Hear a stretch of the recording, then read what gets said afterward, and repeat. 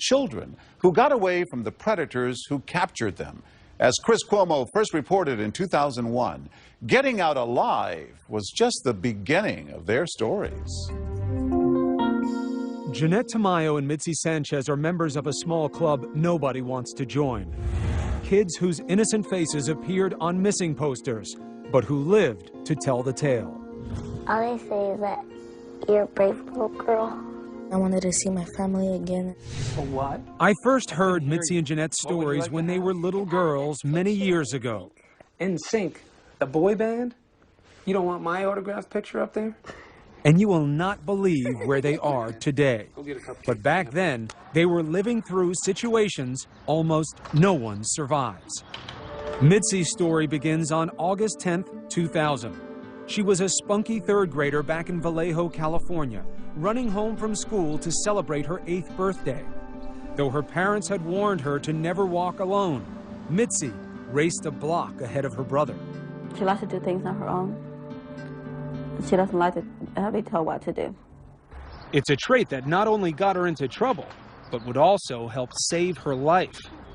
August 10th, 2 p.m. As she approaches this corner just a block from home, Mitzi senses she isn't alone. From a car like this one, a man with a cane's coming toward Mitzi. But before she could run, he's got her. Before she could scream, his hands covering her mouth. Next thing she knows, she's in the car. She's thrown down here, stuffed between the dashboard and the seat. He covers her with a blanket, then shackles her ankles to the gear shift with a chain like this one. The next 44 hours would be terrifying, but the man who kidnapped Mitzi Sanchez would get much more than he bargained for. Mitzi says he tells her to keep quiet or he'll kill her. And then, still covered by that blanket in the August heat, she's driven around for hours. Were you scared? Yeah. For the next day and a half, her abductor taunts Mitzi, eating in front of her but giving the child nothing. Instead of water, he forces Mitzi to drink beer and wine. But before the little girl's ordeal was over, it would get much worse. His intentions were to kidnap a young child and molest her, and that's what he did. In fact, Mitzi says she thought she would die. But instead of panicking, somehow she keeps calm and waits for some kind of break. And she chose the time to escape absolutely perfectly. August 12th, 11 a.m. 44 hours have passed, and though her abductor has left the car several times already, finally an opening. He gets out again, this time leaving his keys behind. In the safety of her room, Mitzi explained how she got away. Where did he leave the keys? Were they in the ignition or on the floor? They're in the floor. He didn't know he left them there, did he? Or do you think he figured you wouldn't know what to do with them? He thought I didn't know what to do with them. He was wrong. Though she knew he could return at any moment, Mitzi shows remarkable poise, trying one key after another, and then... I saw a little one and I figured that would go to the lock. How did you know? Because most locks have little keys. She's right. The lock opens. Mitzi rolls down the window, and though she's numb and bruised from 2 days of being chained to the car, she leaps out and runs for her life. Her abductor is only a few feet away. As I was coming around this corner right here, I noticed her screaming, saying, "Leave me alone." Delivery truck driver Carl Tafua suddenly sees a small figure darting across the road. He slows to a stop, and Mitzi literally dives through his window. That's when she jumped through and said, "Here he comes, he's going to try to kill me." That's when I noticed. Tafua notices that Mitzi's abductor is driving away. And went the opposite directions, and I picked up the radio and called in his license plate number. Amazingly, after 2 days with a madman, Mitzi has escaped. Could you believe that she actually escaped and got away? At that time, I go, yeah, that's my little girl. August 12th, 7:25 p.m. Based on that license plate, police arrest 39-year-old Curtis Dean Anderson at a house in San Jose. What kind of man abducts and terrorizes a child? A man like Curtis Dean Anderson. In and out of prison for most of his adult life, he has a staggering criminal history. Upon his release, he was on the most watch list for parolees. But when his parole ended, he was once again free to do as he pleased. And in this jailhouse interview, Anderson boasted that his victims secretly enjoy his depraved advances. If I did it 100 times and I've only been to police attention once, then doesn't that say that, there's something that maybe the other people involved don't think of these as crimes like you in society do? Anderson goes to trial for Midsy's abduction, charged with kidnapping and 10 counts of sexual assault. As a detective details the graphic abuse, Anderson has the gall to laugh. Suddenly, deputies rush into the courtroom to restrain Midsy's father. I got in trouble for that. I tried to get him, and it was so crazy.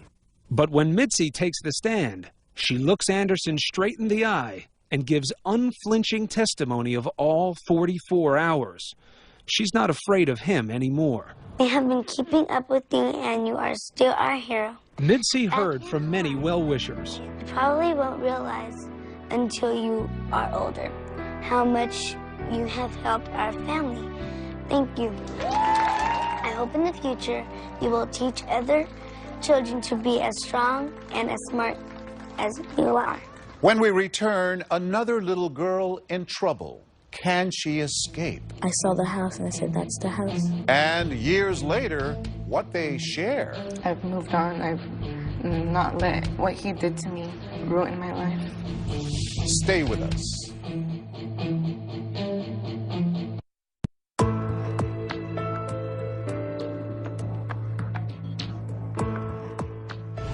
Midsy Sanchez is not the only young girl to escape her abductor. An exceptional child named Jeanette Tamayo did something most adults couldn't do. She tricked her captor and saved her life. As Chris Cuomo first reported in 2005, it began on an ordinary school day. This tiny home security camera sees everything that happens on Southwind Drive in San Jose. One June afternoon, as this little girl comes home from school, it captures the image of a predator who's been waiting in his car, following her into the house. Did you know what to do?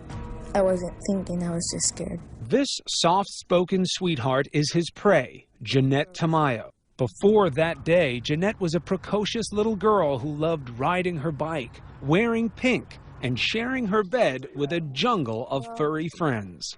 We have a little deal. This is their half. They sleep over there, and this is my half. This is where I sleep. What was about to happen would haunt her for many sleepless nights to come. Jeanette is alone inside with the intruder, the security camera still rolling, when her mother and brother come home. But they are no match for this monster.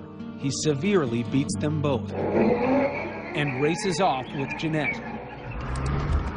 A 9-year-old girl is handcuffed in a box in the back seat of that car. She has no idea who her captor is, why he has kidnapped her, or where they're going.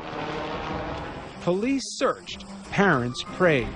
Experts say most abducted children who are murdered die within the first few hours. Stories we've all heard before. Imagine Jeanette's fear as the man pulls up to this house and drags her inside. She is held prisoner, handcuffed, trapped in a second-story bedroom. The day of my darkness. I'm lonely in disguise with fear in the darkness. Today, she expresses the emotions in poetry. Some of the details are still too painful to talk about. The man threatened to kill her and raped her repeatedly for 2 days. But Jeanette was no ordinary victim. Somehow she managed to keep her wits about her, and from the beginning was planning her escape. You knew that you weren't going to take him physically. Yeah, What were you thinking, though? that I just had to get his trust. You could outsmart him, right? Yeah. Do you remember the video we watched the other night? Dr. Steve Cece is a child development expert at Cornell University.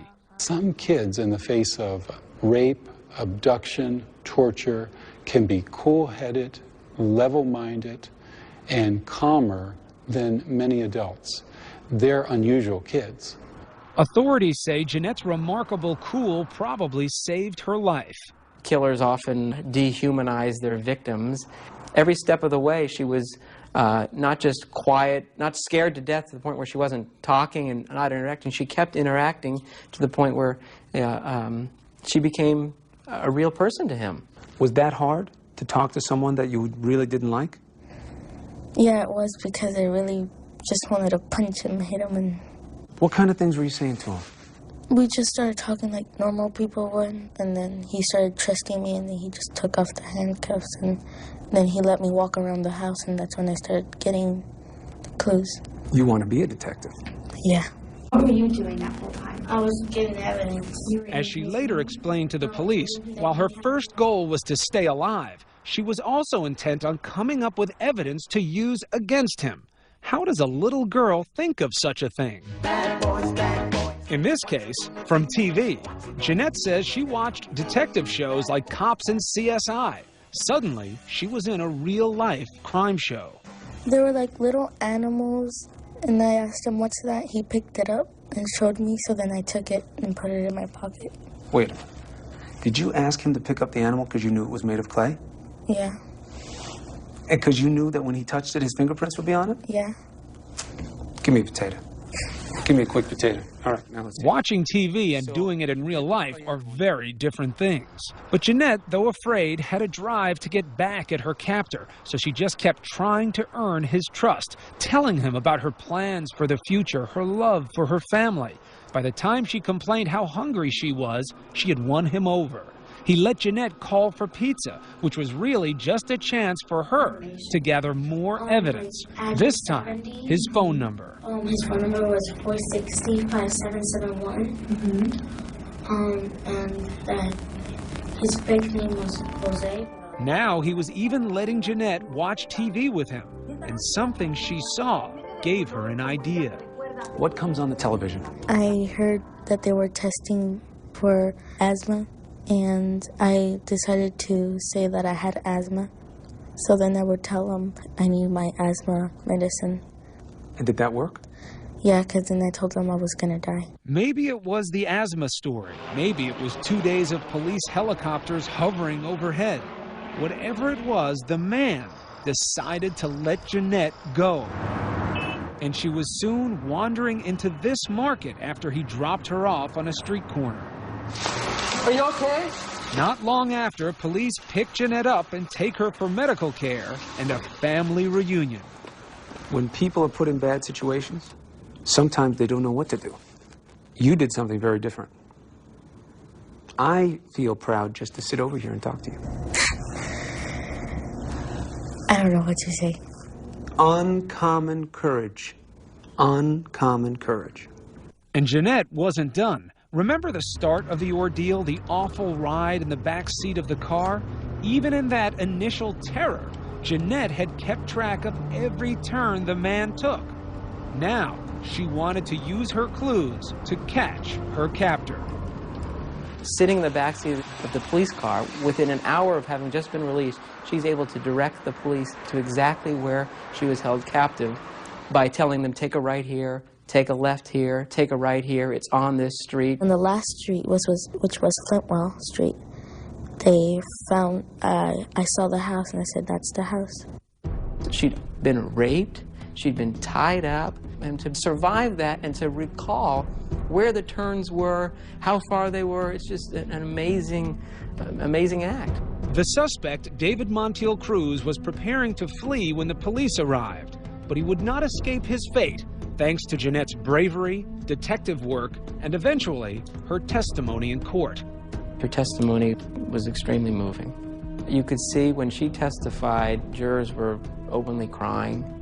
It is still unclear just what motivated Cruz. He had no prior sex convictions, but the judge called it one of the most horrific crimes he had ever seen and sentenced Cruz to more than 100 years in prison.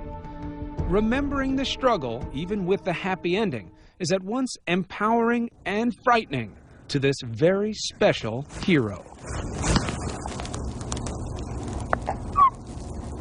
When I'm sad, when I'm upset, or when I think about the past, I kind of write in here. The trauma remains, and the memories often cloud her daily life.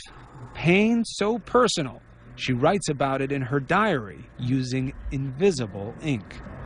It's helping me forget about it. Taking what's inside and making it go somewhere else. Yes.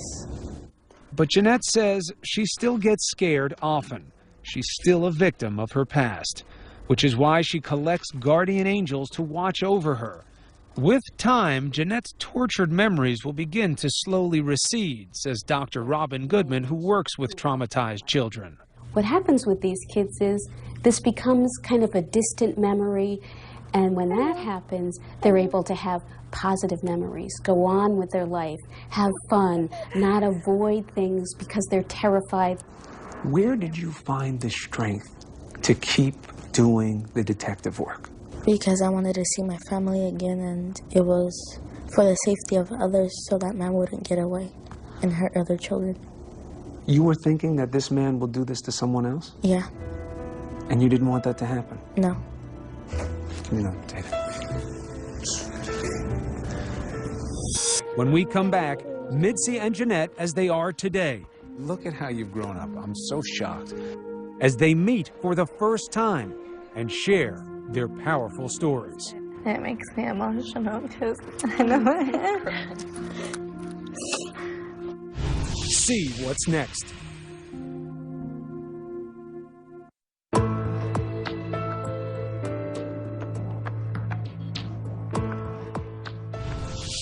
Mitzi Sanchez and Jeanette Tamayo were extraordinary children. They were able to escape the men who kidnapped and assaulted them. But what was harder was going back to ordinary life. Once again, Chris Cuomo. Are you okay? Jeanette Tamayo was only 9 when she managed to outwit her abductor. Amazingly, she then helped police track him down. Within an hour of having just been released, she's able to direct the police to exactly where she was held captive. I saw the house and I said, that's the house. The suspect, David Montiel Cruz, was sentenced to more than 100 years, thanks to Jeanette's bravery, detective work, and eventually her testimony in court.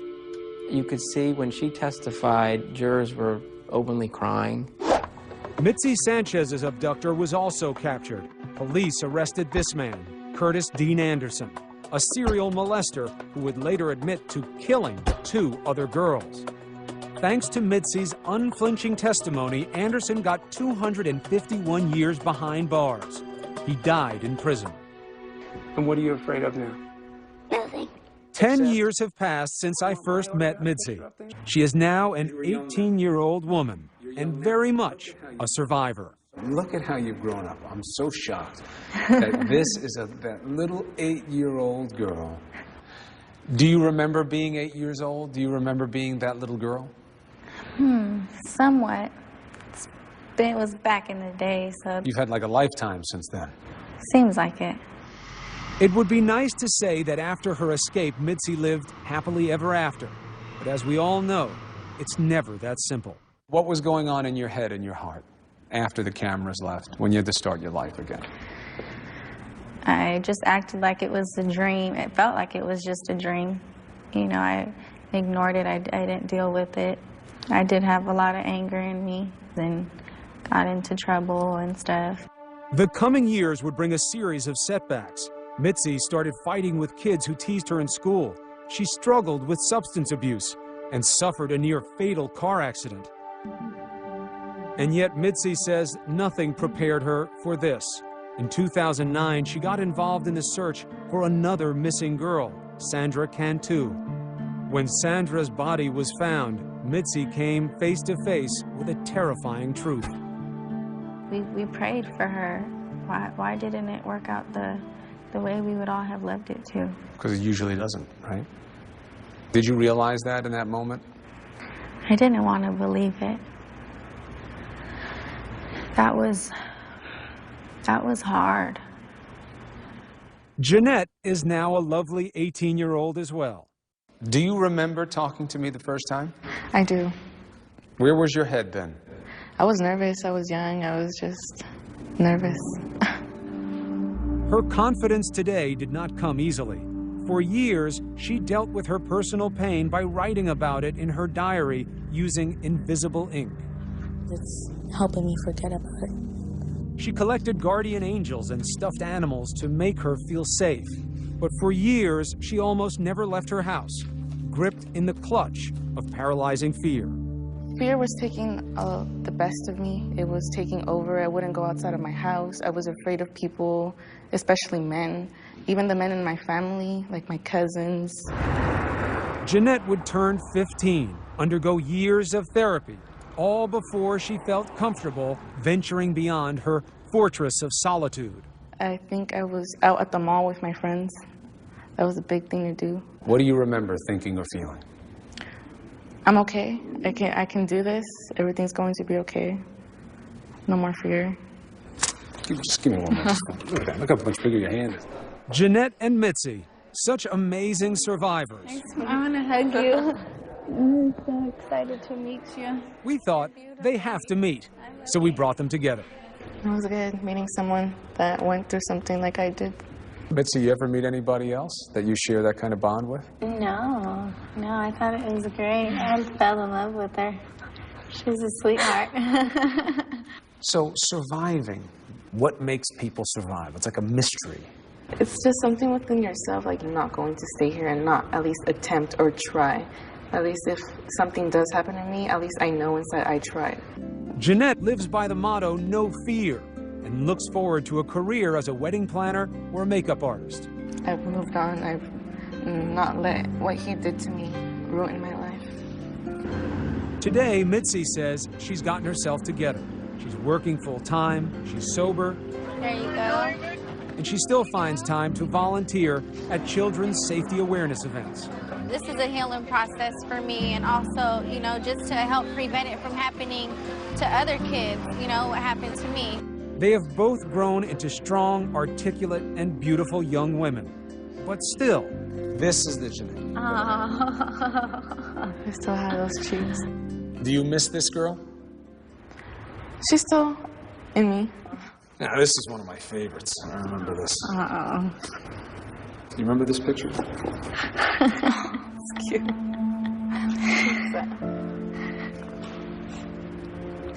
Oh, I gotta breathe. That's my dad.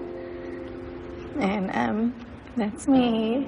When I came home, we were outside of my house, and my dad was carrying me up to our stairs, our front door. But that makes me emotional because I know it's okay. So what do you say to the other kids out there or people who have been through things? Time heals all wounds. You just have to keep going. Overcome your obstacles. It makes you stronger. Some wise man once told me that if you put your troubles into a circle with everybody else's, you'll be glad to pick yours up and walk home. And that's so true, because it could have been so much worse. As of 2013, Mitzi is the mother of a young child. She volunteers with a missing children organization, and she says helping families maintain hope is her passion. The man who abducted Jeanette, David Cruz, remains in prison. Jeanette says she's moved on with her life and is doing well. When we come back, a college co-ed's road trip turns into a night of terror. I knew we were being murdered by a single psycho. Stay with us.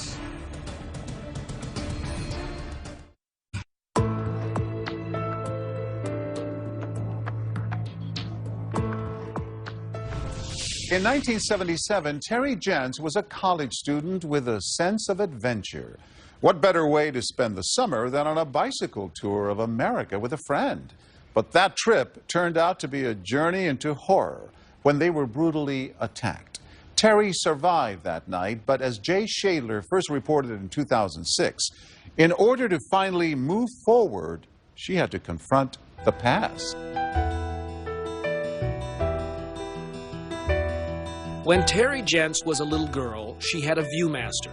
It had a picture wheel showing the great American West in days gone by, and one image of a headless gunman that Terry now says was a premonition of a terrible night yet to come.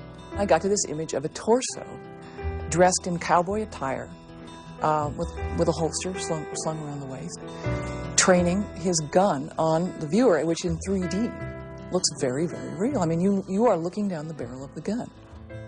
Decades later, it was not a gun, but the cold blade of an axe that would chill and cut Terry to the bone. It was the summer of 1977.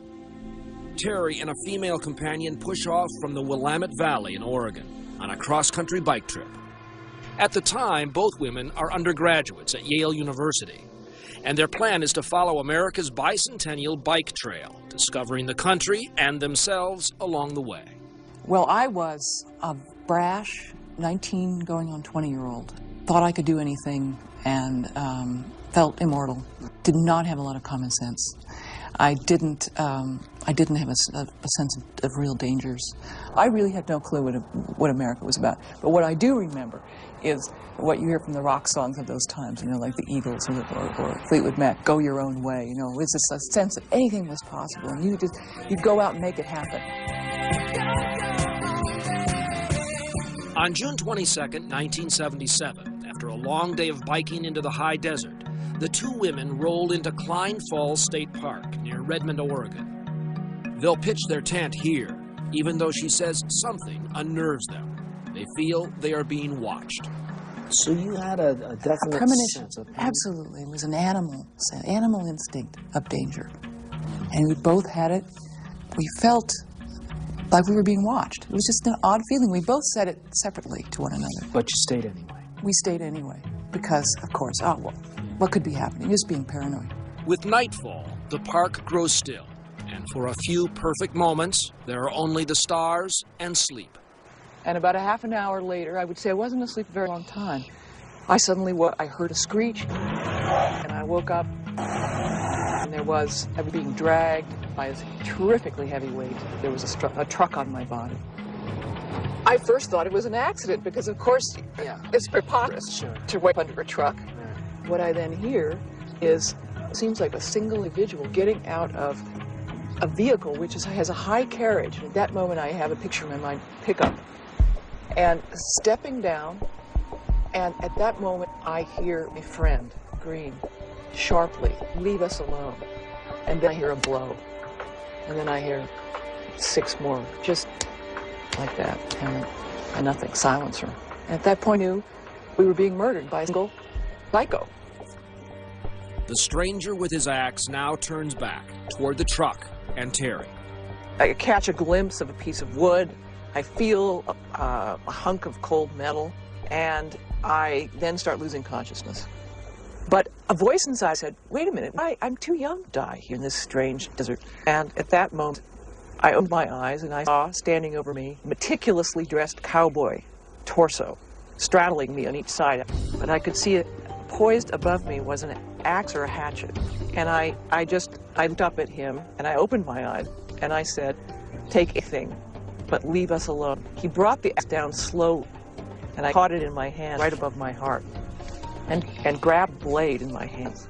And then he withdrew it, stepped over me, walked away, got back in the vehicle, and squealed away. Despite broken bones and deep wounds to her head and arms, Terry stumbles to the road, flagging down a pickup. I see out of the corner of the truck, the window, somebody frantically waving a flashlight. You know, and it wasn't a wave where it was like, "How you doing?" It was a wave like, "I need help." Suddenly out of the trees came the lady covered in blood and screaming, and she was in the headlights, and then that's when I realized something was very wrong. And I definitely knew that she'd been attacked by something or someone. Bill Penhollow and Boo Isaac were just teenagers that night.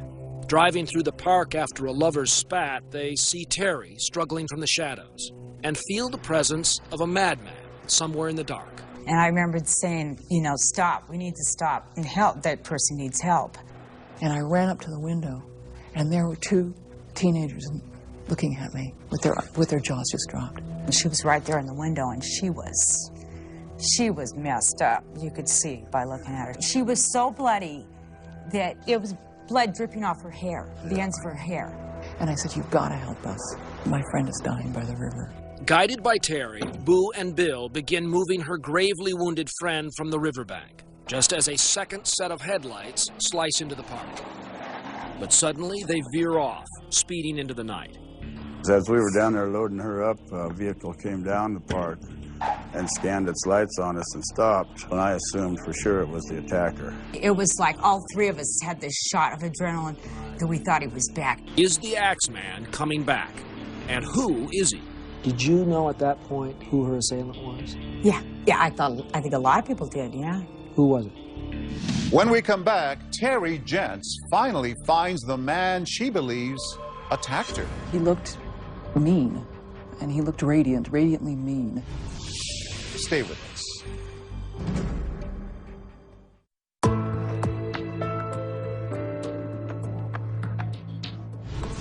Terry Gents and her friend have been brutally attacked by a man wielding an axe. Terry has managed to get to the road where two teenagers driving by have stopped to help her. Once again, Jay Shadler. In the darkness, a sweep of headlights seems to mark the return of the Axeman.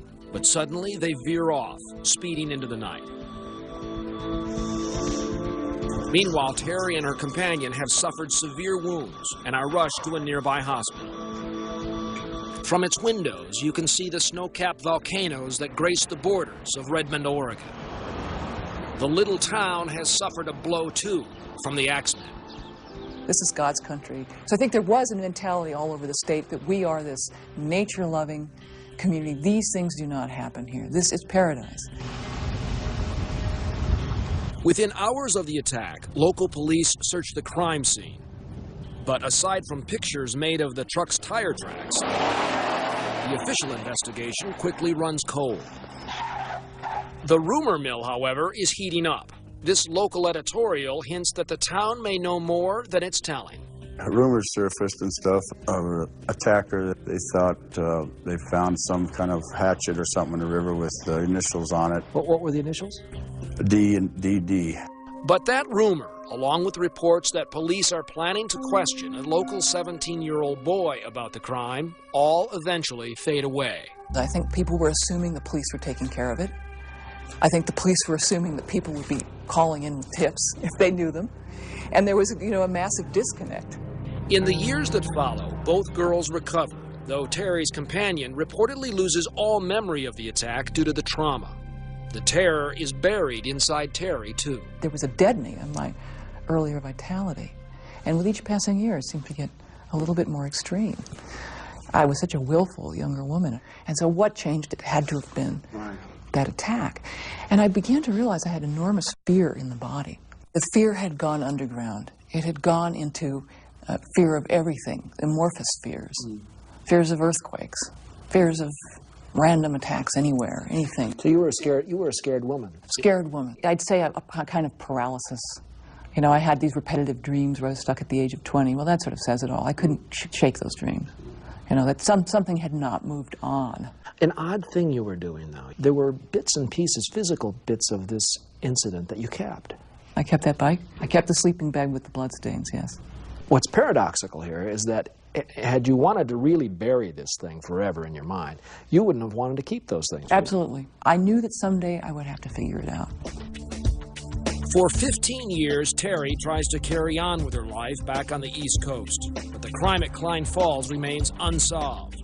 Then, in 1992, Terry decides to pick up the trail herself, returning to Oregon with a video camera and a notepad. I'd like to inquire as to whether... Painstakingly, she begins combing police files and interviewing anyone who will talk. To be honest with you, I mean, as someone who was nearly murdered, I just don't feel like this was ever handled properly. Ironically, the pursuit of her attacker may be in vain. Terry discovers that the statute of limitations for the crime ran out in 1980. Legally speaking, the Axeman is untouchable. I was angry. This notion that because a statute is passed, then what, nobody did it? Well, I have the scars. Somebody did it. But who? Less than 24 hours after Terry and her companion were legend out here at Klein Falls, the Axeman may have struck him, not with a hatchet, but with his bare hands. And this time, the victim, she not only knows who did it, she went to the prom with him. He could turn from this really nice, yes, ma'am, thank you, ma'am, to Satan in his eyes. I mean, it was just like two different people, night and day. Jeannie Fish Fraley's boyfriend in high school, her date at the prom, is a man we'll call Dick Duran. He would hit me quite often. Physically abusive? Physically. And verbally? And mentally. Jeannie says Dick Duran's violence erupts on the day after the Klein Falls attacks, when she says he shows up drunk and angry at a nearby park. He hit me several times and got me on the ground, and he kicked me. And then I heard him behind me. I hear, "I'm gonna kill you, bitch." Jeannie escapes, but later that day, she says she notices that a toolbox in Duran's pickup, where he always stores a hatchet, is missing. It was there the night before, and she says the tires on his pickup have been changed. Jeannie begins to wonder if her boyfriend and the Klein Falls attacker are one and the same. I thought about it, and I thought, well, this is really weird of what happened last night with the Klein Falls incident, and then what happened to me today. And so I went down to the scene at Klein Falls, and I recognized his tire tracks. In your head at that point, were you thinking this is the guy who'd made the attack on the girls? Yeah, without a shadow of a doubt, I knew that. Jeannie says she immediately goes to the police, telling them how she was attacked by Dick Duran. My parents, they tried to file charges against him with all of this, and they were told that since we were both minors, just to forget it, is what the judge told my dad. Curiously, Dick Duran was already well known to the local cops as a sometimes violent young cowboy who cared more about his clothes than his girlfriends. Over 30 years, he would compile a long police record with convictions for carrying a dangerous weapon, violating a restraining order, and driving under the influence. But despite his record and reputation in town, the police apparently never draw a connection between Dick Duran and Klein Falls. Former State Trooper Marlon Hine picked up the investigation in the 1990s. Do you think that the local law enforcement dropped the ball, Sam? I wouldn't say so much drop the ball. I think there's a supervisor here and there that didn't know the initial real investigators to go out and do their job. Did you know at that point who her assailant was? Yeah, I think a lot of people did, yeah. In fact, while he says the physical evidence is lacking, Marlon Hine believes Duran was the 17-year-old boy that those old newspaper clippings mentioned as being of interest to the police back in 1977. But there's no record of Duran ever being questioned. It happened in such a beautiful place. Isn't that something? Yeah. Over the years, Pat Day hired Dick Duran for various jobs and has known him personally since the first rumors began spread about the attacks in Klein Falls. Daley says despite his denials, Dick Duran had a strange preoccupation with the crime. He said, "You think I did that, don't you?" I said, "You know something? I damn well you did it. You're the guy that's bringing it up." In 1995, Pat Daley arranges for Dick Duran to meet him at a local restaurant. The meeting is a ruse. Its real purpose is to let Terry Gents finally see Dick Duran in the flesh. Remember, on the night of the attack, the face of her assailant was hidden in the shadows. Tell me what it was like when you first saw him. He looked mean, and he looked radiantly mean. Terry says Duran's presence that day matches her memory of the style cowboy who attacked her, but she refuses to confront him. You've been a meticulous investigator. And yet, when you have the chance to put it right to him, you don't ask the question to him, face to face. Why? I don't want to give him the power to rationalize, deny, justify, say he's sorry for something I don't think he is sorry for. It gives him power. If he were sitting here and you really had the chance to say, "Dick, this is what I want to know," wouldn't you want to know why from him? But there's no why for an evil act. You know, it goes beyond rational thinking. It goes beyond what we can figure out. This is coming from another place. I don't think we can explain it so simply. And he certainly can't explain it simply. He would perhaps say he's sorry, and I wouldn't believe that. We requested an interview with Duran. He declined repeatedly. He says no, he hasn't. He's not changed his mind? No. So we decided to talk to Terry Chubb. Chubb is Dick Duran's former parole officer and one of the few local officials who have spoken to Duran directly about the unsolved crime. You sat down across the table from him or next to him, looked him right down in the eye, said, "Did you do Klein Falls?" Yes, I did. You've done that. I did. I asked him specific, "Did you do it?" And he did. I didn't do it. And believe him? Well, I have my suspicions, but Is there conclusive evidence? Not to my knowledge. The other man who has directly questioned Dick Duran about the Klein Falls attacks is former State Trooper Marlon Hine. Prompted by Terry Jentz's reporting, Hine reopened the Klein Falls investigation in 1995 and ordered 2 polygraphs for Duran. Though the tests were technically labeled inconclusive because Duran reportedly had illegal drugs in his system, the official report on the second polygraph includes this exchange. Quote, "In June of 1977, did you attack those women in Klein Falls Park with a hatchet-type instrument?" Answer, no. Examiners conclude